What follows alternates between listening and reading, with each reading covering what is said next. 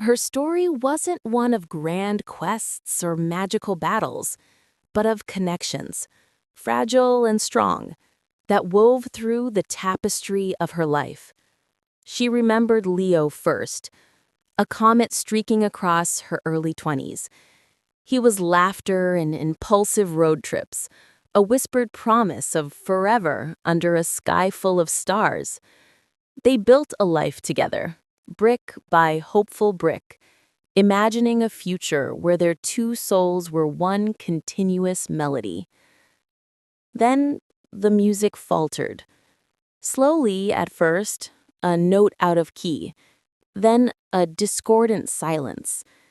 They hadn't fallen out of love, not truly, but they had fallen out of sync. Their paths, once parallel, began to diverge, like rivers seeking separate oceans. It was a quiet parting, a mutual understanding that the grand design they'd envisioned no longer fit. Leo was a beautiful chapter, a vibrant illustration of youthful love. But he wasn't the whole story.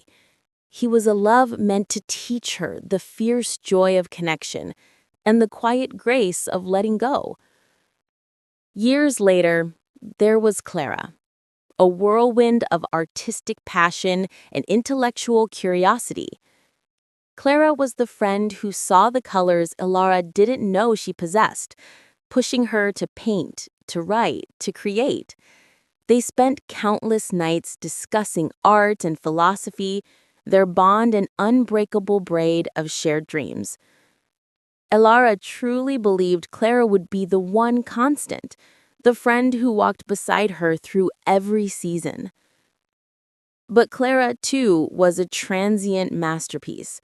Her ambition, a magnificent fire, eventually led her to distant shores, to galleries and collaborations Elara couldn't follow. The calls grew shorter, the visits fewer, until their connection, once a roaring blaze, became a soft ember.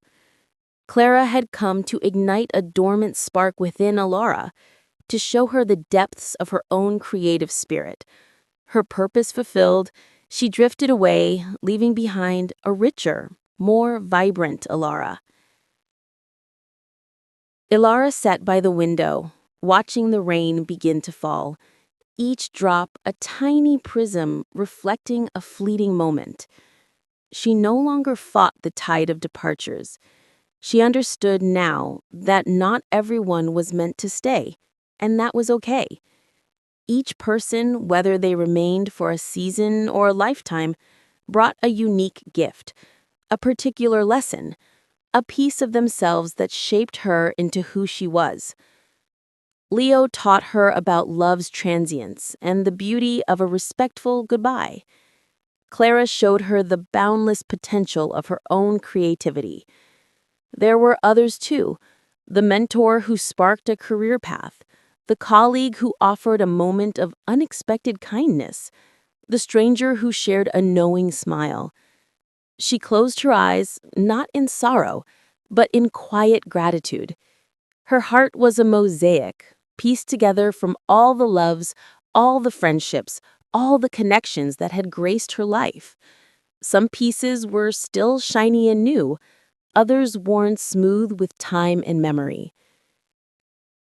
And as the rain softened the world outside, Ilara knew that the most profound love was not about ownership or permanence, but about the willingness to embrace each hello and understand that some goodbyes, though painful, were simply a gentle turning of the page. Each departure made space, not for emptiness, but for the next unexpected beauty, the next profound lesson, the next unique soul meant to cross her path, even if just for a little while.